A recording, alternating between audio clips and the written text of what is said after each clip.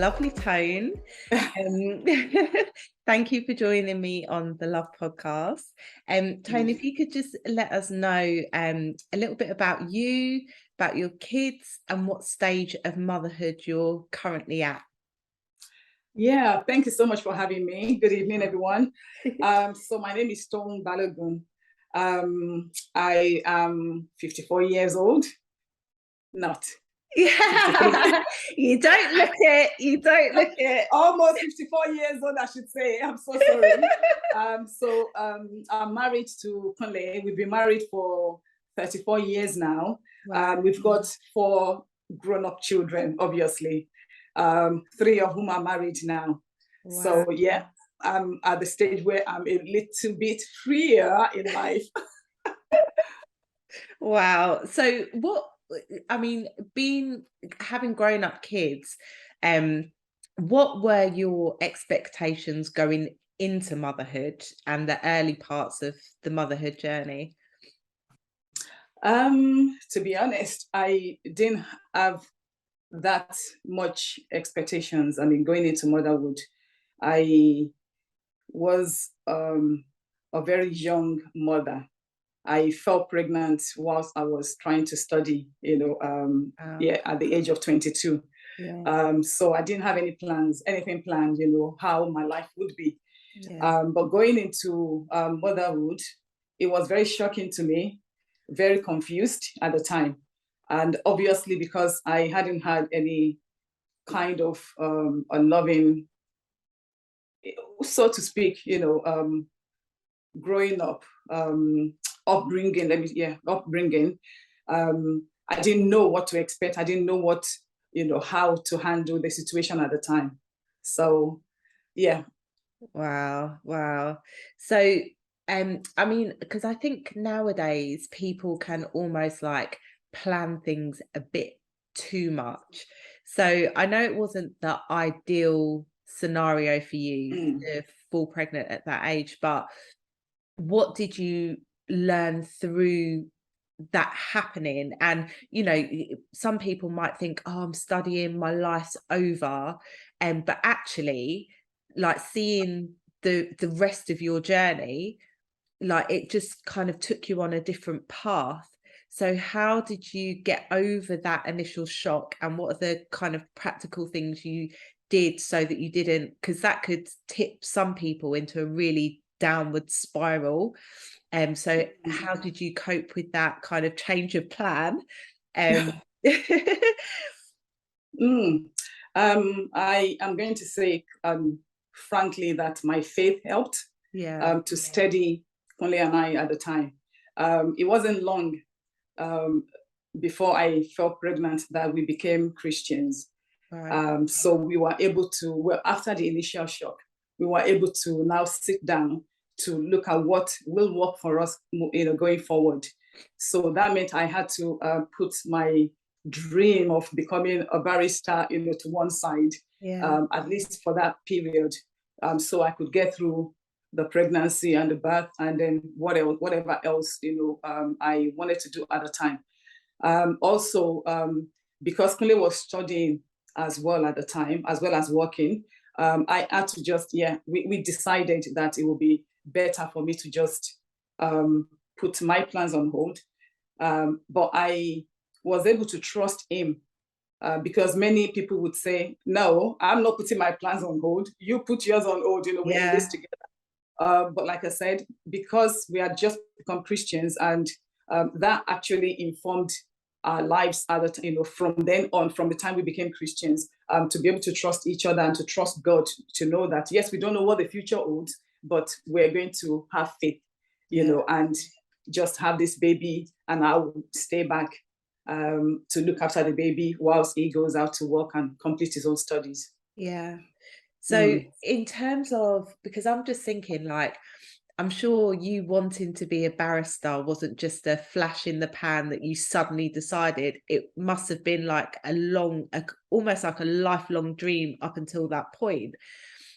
And I know you, so I know that you didn't you didn't end up as a barrister. So how did you get over that? Because some people, some people might almost start to resent their children or their husband because they feel like unfulfilled because they had this dream and they had to lay it aside. So how did you kind of safeguard against um any resentment, or it just didn't get to that point? It didn't get to that point because I thought that by putting the plans on hold, for the baby to at least be a year old or so, I could go back to studying. But obviously it didn't happen, because then a month later, after he turned 1, I fell pregnant again with that second child. So I knew then that, I had to just forget about this for as long as possible. Also because as a mother, as a child growing up, I didn't grow up in the comfort of a family. Being one of 51 children, growing up, my mother always not really being around. I was in boarding school, so I didn't have the care and the love and the attention that a child would have or expect to have from a parent, and I didn't want that for my children. So I was ready to just lay my plans aside, to focus on bringing them up, But to be honest, even though I didn't end up reading law at the time, I was able to get a job with a government department, prosecuting, that prosecutes cases for the police. And I was able to start at the bottom, but worked my way up to a managerial level. For many years I was there. So God did actually make a way for me, that even though I didn't go on to study to become a barrister, I was able to get into a post that gave me all the opportunities that I would have had anyway, if I'd gone to study. Wow, that's amazing. So just put into context, because people won't understand how you could be one of 52 children. So just give a little bit of context about that, and your upbringing, and how that has shaped you as a mother. I know you mentioned that you didn't want the same for your children. So how did being one of 52 come about? Oh gosh, so I came from a family, I would say a royal line, back home in Nigeria. So I grew up knowing that my father, with my great grandfather was a king. My granddad, then it became a king after his demise. Then my father, waiting to become one, thought, whilst I was waiting, it would just populate the whole earth. So he married. He married 13 wives. Wow. But my mother only had 5 of us. Out of these 51, I'm the first girl and the second born. So you could realize, imagine how many long lines of siblings I've got. So, but because of the arrangement that we had, even though my dad loved all his children, you could not take his children away from him. So we all lived together, kind of. But because of issues and his businesses, where someone like my mom had to go to a different town or city to look after one of the businesses and all that, so my mom wasn't always around. So growing up, I had to figure out a whole lot of things for myself. And then I was brought to London at the age of 17. That even made matters worse for me. So I had to just figure out life, without my parents. But the beautiful thing about it, along the line, I became a Christian, and the story changed for me.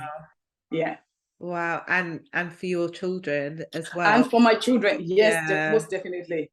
Because and that is what what we said earlier, about not about being there for the children. That stemmed from that, and also to be able to do that in the context of a Christian marriage helped to shape a whole lot about our lives and their lives as well. So amazing. So in terms of motherhood, like one of my friends described it as a roller coaster ride that you can't get off. So, you have your highs and then you have your lows. What would you say has been your greatest challenge as a mother, and how did you deal with it? I think the greatest challenge was bringing up 4 energetic children, 3 boys and 1 girl, and a very, how can I put this, strong-willed girl, at that as well. I've got one of those. Yeah, so for me, I think just being able to hone in on each individual character, to know them personally, to know,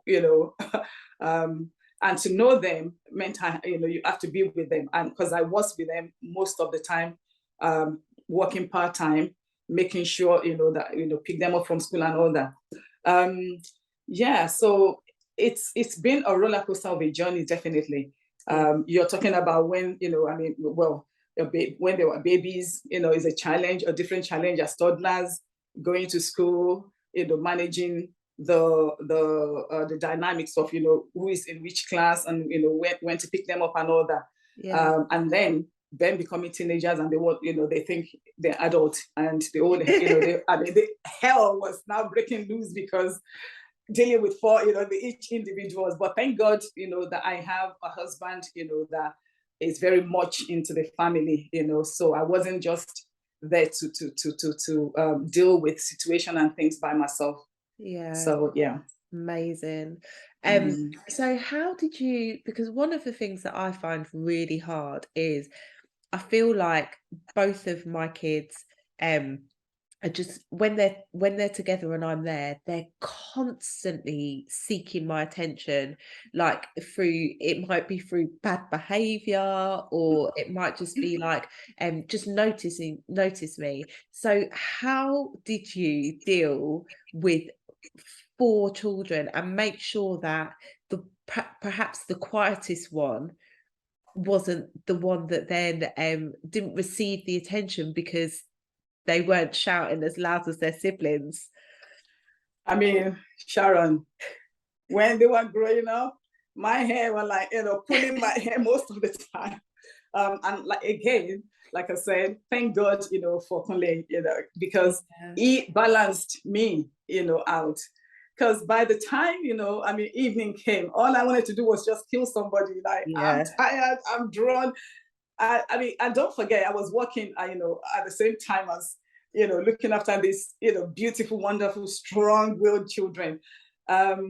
So to be honest, I think taking time to just relax, to make sure I didn't lose myself, in the midst of all that. Because if you ever, lose yourself once, raising your kids, that's it. You're going to be resentful. You're going to be angry, that, why am I doing this? Why is my life like this? Why does it have to be, like this? But again, my faith, helped me so much so, because then even when I was like, I could feel myself going downhill, I would pull back, to try and just gather myself. That may, that could be through worship, like playing a worship song or reading my Bible to just find something to console myself, or and also again, thank God for my husband. He took a whole lot of the burden, especially when he came up, came back from work. He would just get in there, with them. So Wow. that helped. Wow.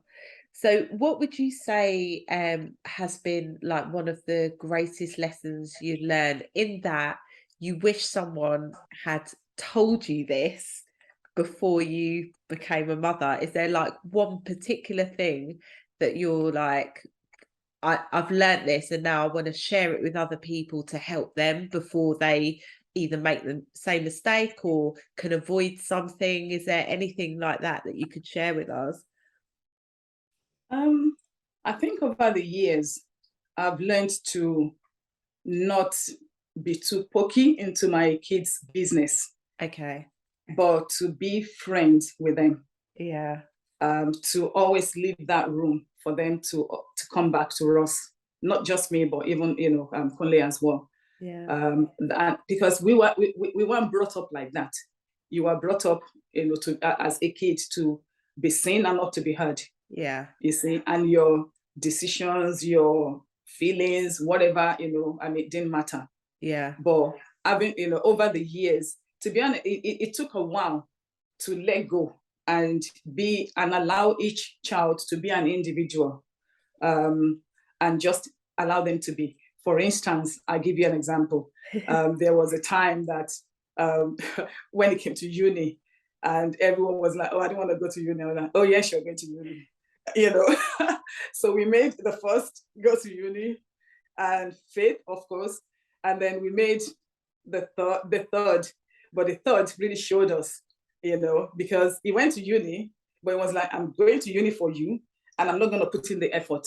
And wow. yeah. So when it came, I was like, "Well, you wanted me to go to uni. I've gone to uni, and I don't even like the course that I chose to. I just went to uni because of you." So that by the time the fourth one came, to say, "Oh, I don't want to go to uni," Emmanuel, yeah. I like to do something different. I love to be on the YouTube. Yeah, we were first of all like, "No way, you're gonna go to uni," but then we had learned not to do that because of the issues with the first three. Yeah. You see, so all we did was we just said, "Okay, if we're gonna give you a year to see what you can do. At least we're giving you the chance, to prove yourself that you don't, you won't have to go to uni." And yeah, within a year, it did prove to everyone, to us, to everyone that yeah, you need to go to uni. And now we're paying back. I would say to people, for the one that we forced to go to uni, now we're paying back because it's like, "Okay, what do you want to do?" So he's now having to retrain as an IT person, working with us. So yeah, you need to just be very careful to not dominate your kids' lives. Always leave room for them to come to you, to share anything with you. And that's what we've had with our kids. And I'm so grateful to God for that. Yeah. Wow. That's amazing. That's amazing because how I was brought up was very much like, yeah, you have to go to uni and you can't do any arty subject. I had to do like a business subject or, something that would give me a proper career. And it's only later in life that I'm now exploring that creativity. But, thank God for his restoration. Yeah. So one thing that strikes me about your kids is they've all got like a very entrepreneurial way about them. Is that something like, did they get that from you guys or did you do anything to kind of encourage that? How did that come about? Well, I think I would say they got it from my husband. Yeah. I'm not entrepreneurial at all. Give me books, I'll read. I love reading. I love studying. Yeah. But when it came to, business and all that, count me out. Over the years, I run away from things like that. But again, when they came to us, individually, would always encourage and champion, whatever they feel they want to do. Yeah. One thing, we've learned being Christian, Christians, is that you don't always know the future. Yeah. So you need to just encourage what, their space, where they are at the moment, to know that this is what they want to do, will support you, and also will be there just in case it didn't work. Yeah. We're not going to push it in your face to say, "Yeah, we told you so," or "You shouldn't have done that." But to just be there to say, "Okay, you tried, it didn't work." For instance, Faith, our daughter, she studied fashion, up to master's level. She was working for Tesco's as a manager, at the head office for some time, but she still loved to do things with her hands. Yeah. And eventually she decided, she didn't do the fashion that she went to study, having spent all sort of money, like building this one, sewing this one, selling that one. And then she so good at it as well. She was, yeah, she was. But she won an award even when, when she did a catwalk show, in London a few years back and all that. She was being tipped, as the kind of the newest, person. But it didn't really click with her along the line. Yeah. At first I was like, oh God, you wasted all that money. But then the Lord had to really check me out. He's saying, no, just encourage her and help her as, in whatever line she feels she wants to, to go into. And she decided to be doing wigs. And she started. And just before lockdown, she left her job to do this, full time. And yeah, she's loving it. It's going from strength to strength. Yeah. So, and that's her. Emmanuel is another one. Sammy, our first, yes, he works, he's a wealth analyst. He still works full time, but he's actually started his own management company, at the moment. So yeah, they've got it from their dad, yes, because he's always there to encourage them to say what you want to do, yeah. But also praying and committing them to the Lord, because at the end of the day, I feel that, well, not even feel, we are stewards, over them, really. They have their individual plan and purpose that God has placed, in them to achieve, and things, for them to achieve in life. We can only pray to and help to steer them in that direction. Yeah. So, yeah. I mean, I think you guys, you're such, even for myself and Pip, my husband, like you're like two of our greatest cheerleaders. Oh, and I really think that you're like just gifted in encouragement. You're just so encouraging. So yeah, you can just see the fruits of that in your children. So it's a lovely, lovely thing to see. So would you say, that's okay, how would you say that motherhood has shaped your relationship with God through the years? Oh, it's actually drawn me closer to the Lord. Yeah. Because don't forget, these adult children are almost 31-year-old, or 29-year-old now, or 26, and almost 24-year-old. It didn't just happen overnight. Yeah. Lots of struggles along the way. At first, because of some incident that happened years ago, almost, found himself in the wrong gang, at school and all that. To be honest with you, when we moved to this area, they wouldn't even take him, at a failing school in the area, because of his unruly behavior from a different, school. But because of those issues with them growing up, because by the time they're reaching they're reaching puberty, teenager, adulthood, adolescent, whatever, count it all. Each stage has its own challenge. Yeah. And you can only hold on to God and pray that these kids can never, cannot not do well. Yeah. And thank God, people always ask us, how have you done it? 3 boys, and you've brought up, 4 children in this country. And I say boldly, and convincingly, and so grateful to God that, none of our kids, we've never had to go to the police station for any one of them for anything. Yet their friends around them, you hear one thing or the other, you hear, incidents all over the place. Yeah. So that motherhood has shaped me in the sense that, it draws me back to God time and time again. Yeah. Even now that they're married, the job is still not done. Yeah. I still feel, we have to keep on praying for them, checking in on them. Yeah. You need the wisdom of God to be able to do so, to be a mother-in-law to two beautiful girls and, a handsome prince. You need the wisdom of God and the grace of God to be able to do so. So yeah, motherhood has changed me to mature me as a person. Wow. To be able to handle, this big family that we now have. Yeah, wow. Because you're just like accumulating more people as you go along. Like Faith was saying that you're having everyone over for Christmas, and I was just imagining like all of you. It's such a big family now. Yeah. Amazing. Oh, if there's anything that you could like share with someone who's like just starting their journey, or someone who's like, you know, someone who's got like a young kids, i.e. me, is there something that you could share that you think would just be really helpful, apart from hang on in there? What would you like to share with people? To say there is light at the end of the tunnel. There's always light at the end of the tunnel. But but to be honest, it will be to not lose yourself. You know, don't let motherhood overtake and overrun you to the point that you can't even recognize who Sharon was anymore, or is, anymore. So yeah, you need to learn to take one day at a time.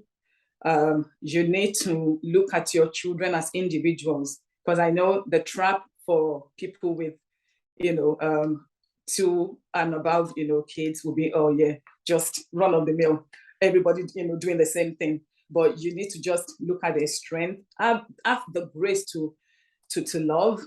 Not going to be easy. But the key thing for me is, do not lose yourself in this thing called motherhood. Make sure that you link in to develop yourself. Read, well, as Christians, make sure you link into the Lord, to the Holy Spirit, to give you grace and strength, because you're going to need it. The journey is long and hard, but because we have Christ, we know that all is well, and take every day as it comes. We plan, but don't look too far ahead into the future that you're now depressed about here and now, that I want to be this, I want to do that. I can't wait to get there. Just enjoy the moment, because it's going to go in a flash, and you're going to look back and think, oh, wow, they're grown, and I didn't do this and that with them. So don't be overwhelmed with difficulties and the challenges that come with motherhood. Enjoy the moment, enjoy your kids, because very, very soon they're gonna be this tall and they're gonna be like, hi mom. So what are the practical things that you did during when they're younger? Because I think when they're younger, it's very physically demanding. So what are the practical things that you put in place so as to not lose yourself when they were so young? One of them was me working part-time, to make sure that when I went into work, that was just my space. No one is shouting mommy, no one is crying, and also developing myself. I studied as well. Even though I couldn't do the full, law degree, I was able to do criminal practice, law, whilst working as well. I had to just keep my, because if you're not careful, you become this mother, and you have to feel a sense of purpose. So because your life, you're not just a mother, you're Sharon, you still have your hopes and dreams. So that even at work, I made sure that I was able to develop myself, so that I started at the bottom, scale, but by the time I left, I worked my way up. I was promoted like twice and all that. So don't lose yourself, just because you're a mother and feel, oh yeah, the end of the world has come. It hasn't come.